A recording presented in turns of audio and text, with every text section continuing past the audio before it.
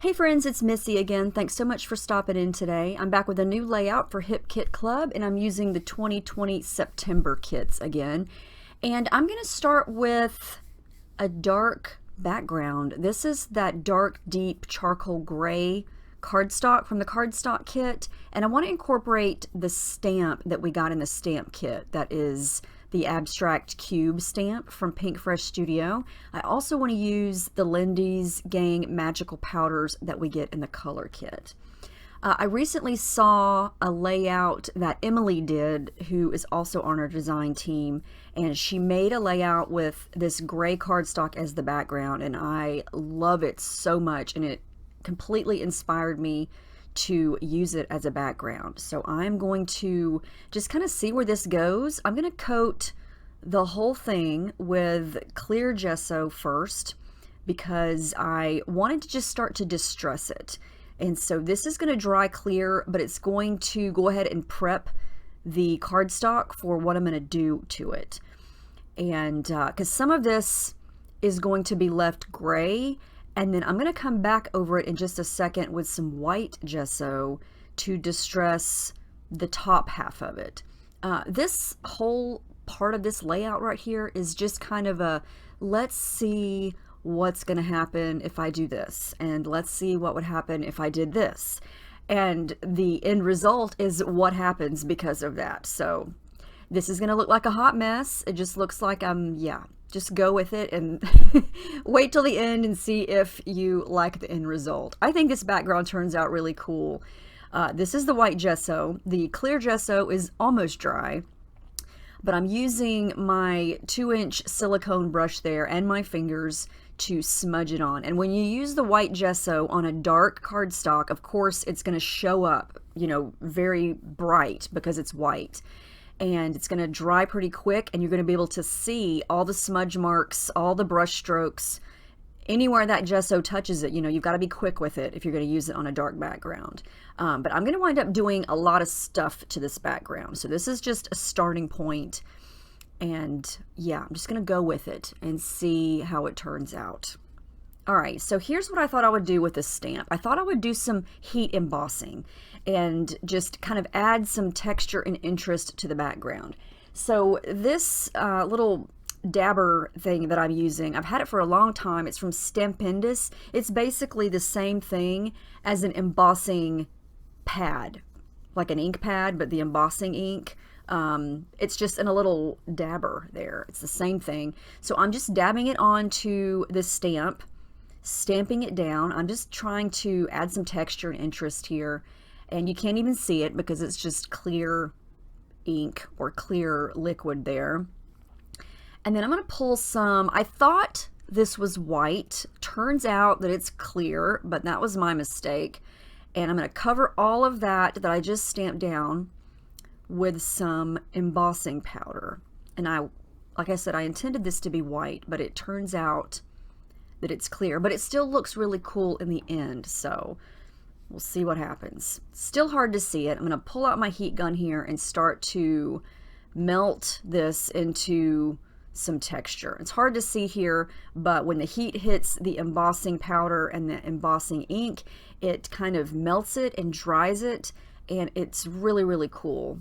And embossing powder, if you've never played with it, is really neat. It comes in all kinds of colors, and you can kind of see it melting there when the heat hits it, and it's going to look really shiny and cool. So now you can kind of see it. So what I'm going to do is go over it with some of these Lindy's powders, and my first intention was to make a blue background. And now that the embossing powder is dry and I've got all that gesso on there, it's going to resist all of this color. So you can instantly see how it's resisting the color, and you're going to be able to see all those little cube shapes sort of pop up in between all this color. So I'm starting with the blue color that we got, and that's called Whale Watch Blue. It's pretty much what I would call a denim color. And then I'm going to add in some of the pinkish color. It's called Ramblin' Rose Pink. And I thought, you know what? Let's make purple. I don't even know what sparked this, but I just mixed these two colors together and it made this really pretty purple. And as it was mixing and running and blending, I thought, okay, I like the way this looks. So I'm going to continue to work with these two colors. You can see the big difference in the colors there, but when you mix red and blue together, it's going to make purple. And whenever these colors dry on top of the gesso, they're going to dry a lot lighter. They definitely change color and dry lighter when you use them on gesso, or at least for me they do. I don't know other brands of gesso, but whenever I use the Liquitex white gesso, the Lindy's powders tend to dry very, very light. So I have to add lots of layers of those colors. But that's okay because I want to see where this goes. This is definitely not my usual color scheme, but I really like how this is looking. Here you can kind of see the shimmer from the powders, but also the texture from the stamp and the embossing. So I'm going to come in now with some of the yellow. And I don't even know why I added the yellow. It's not a yellow, it's clam bake beige, but it looks kind of yellow when you first add it. But this kind of just fades away, and then I decided, meh, I don't really think I need yellow. At this point, I haven't even gone through anything else in the kits. I don't even know what I'm going to use. I was just in the mood to get messy and to make a background and see how it turned out, and then I would just worry about everything else later. You know, sometimes I start with an embellishment in mind. In this particular instance, I just went for it and said, you know what, let's mess up this cardstock and see if it can turn into something. So that's the phase of this process that we're still in here. So you can kind of see that I've already basically gotten rid of that clam bake beige at the top. And I just decided that we're going to go with this purple color. And in the end, when it's dry, it's so pretty. It's really shimmery. And I think it turned out to be the perfect purple color to kind of enhance all of the things from the kits that I do wind up using.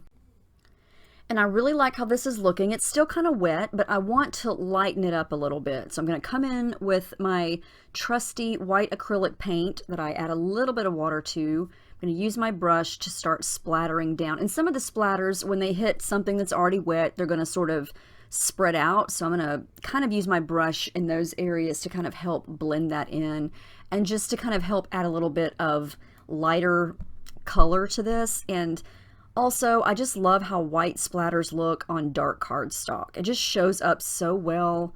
And I love using the white acrylic paint for that. It's perfect because it dries exactly like you see it. Then I thought since there were some gold things in the kits, I would add in a little bit of gold. And this is what we got in last year's Christmas kits. It's the Jen Hadfield Gold Glitter Spray. It's basically the same thing as Heidi Swapp Color Shine. And I love this stuff. It's so gorgeous. And I feel like the gold is a really pretty addition to this because if you remember in the kits, we get a set of gold thicker words and shapes, and then another set of gold scripty thicker alphas, and I knew that I wanted to use some of those for a title later, so that's why I thought the gold would be pretty. Okay, I love this background. I love this. This turned out to be so much better than I was anticipating. In the beginning, I wasn't even thinking of purple, but when I blended those colors together, it just happened, and then I went through all the kits. And then I found this picture of my daughter that I hadn't used yet. I thought, okay, this is gonna come together really, really pretty because there are actually quite a bit of purple things in the papers and in the embellishments. So I thought, okay, let's go with the purple. So I'm gonna cut out a couple of these frames from this Pink Fresh Studio paper. And then there are, let's see, I've got a tag over there. I've got a Pocket Life card that I might use. Actually 2 Pocket Life cards.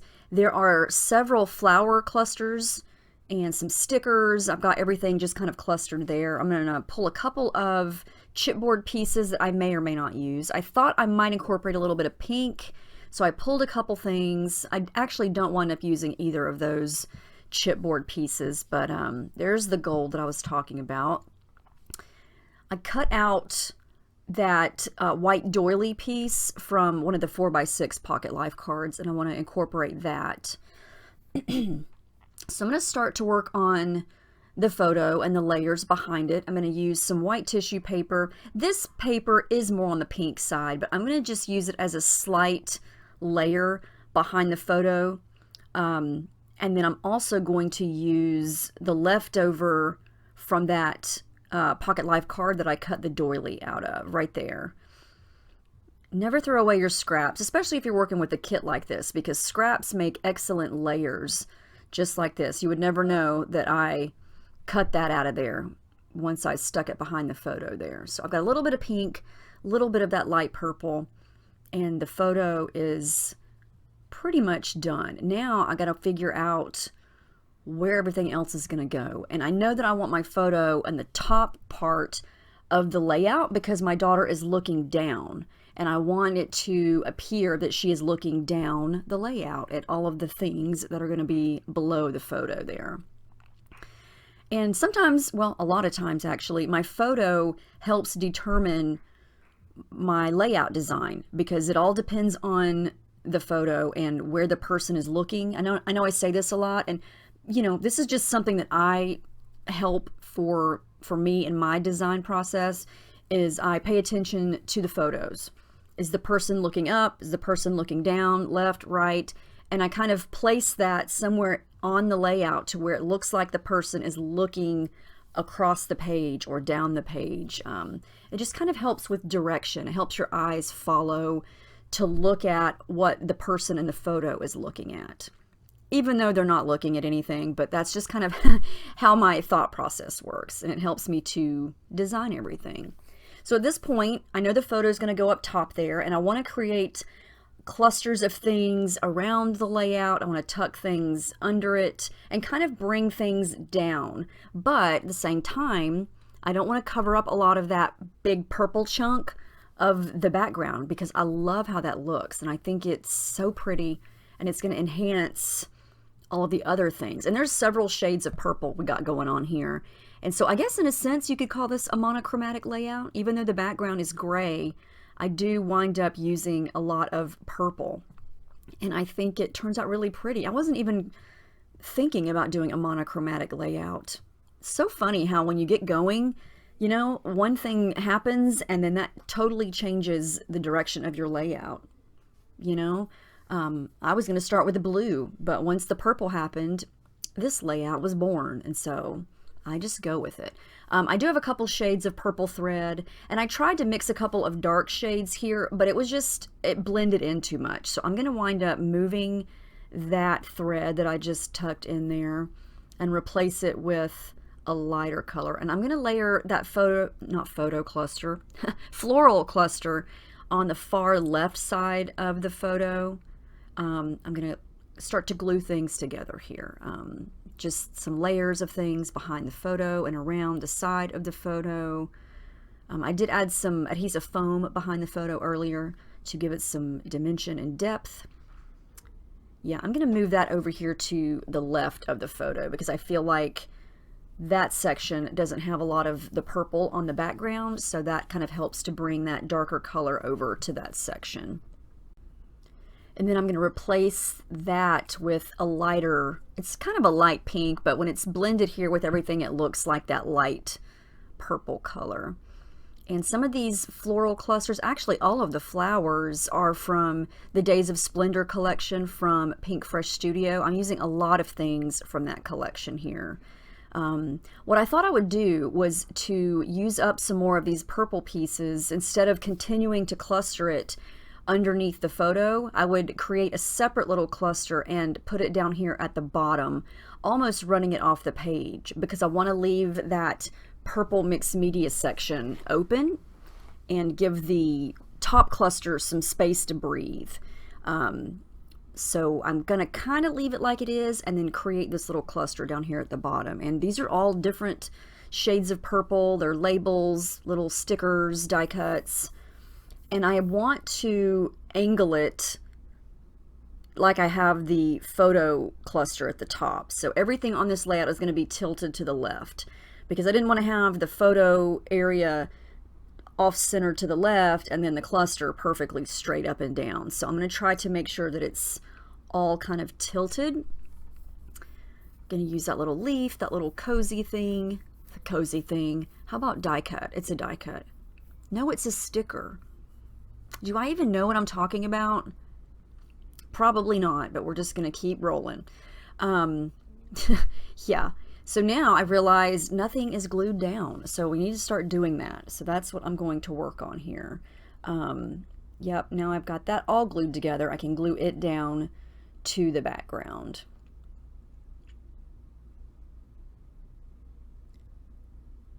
Yep, I love how this is looking. I was so happy. Once I got this background done, I was so excited that I just decided to go for it and start making a mess because it just worked out. And I never thought I would like a dark purple background on top of dark gray cardstock. And it would actually be something that I liked because, I'm all about summer. But, everything's fall now. The kits are full of fall things, the collections and the challenges and things are all, it's October. So it's fall, and I like to challenge myself to create different things. And I do have photos that aren't necessarily summer photos. And, this little photo shoot that I've had with my daughter, this actually was taken in March, but that's okay. This was right as the lockdown was just starting. And I had a little photo shoot with her. And I've scrapped a couple other photos from this photo shoot, but not this particular one. But it has fall vibes to it, I think, and it works with all of these pretty purple things. I thought about using that butterfly up at the top, but I wind up not using it. It just, I don't know, it looks okay here now that I'm looking at it, but in person as I was making it, I went back and forth and decided not to use it. I do tuck in some more of these gold thickers. I think I've used these on every layout I've made with these kits. They are perfect. They're so soft and squishy and puffy. They're the perfect metallic gold. They're shiny, but they're not too shiny. They're hearts, they're words, they're leaves. I mean, what else do you need, really? Oh yeah, there are bows. Haven't used any of the bows yet. But yeah, I love those. So this is what I've got so far. I think this is turning out really, really pretty. Look at the shimmer. Those magical powders are very shimmery, very, very pretty. Here are the Scripty alphas. I have not used these yet. I'm just going to go very short and sweet and simple with my title. It's going to be My Sweet Girl. And I initially stick these letters down straight. And then once I looked at it, I thought, if everything else is tilted to the left, then I need to have the title tilted to the left. So I went back and tilted it so everything is kind of on that crooked angle there. Have a couple more things I'm going to add in. Another little purple die cut flower, and then from that tag that I used earlier, I'm basically hacking it up. I don't even wind up using it. I was trying to stick something else underneath the photo there, but I just felt like, no, this isn't it. It's too busy. I didn't like it. So I'm going to save it. If I want to reattach it and use it again later, I can, but I thought about just using the bottom half of it, but it didn't work. I thought about using a leaf. That didn't work. Thought about using a pocket life card. That didn't work. So I just left it alone, added in a little bit more of the gold because, the gold is just addicting. It's so pretty. And I wanted to scatter little gold things around the page. I finally decided to put this there. It's from that Jen Hadfield sticker sheet, and it's a little border of scalloped gold on white, and then a couple of these gold and white leaf stems in a couple spots also.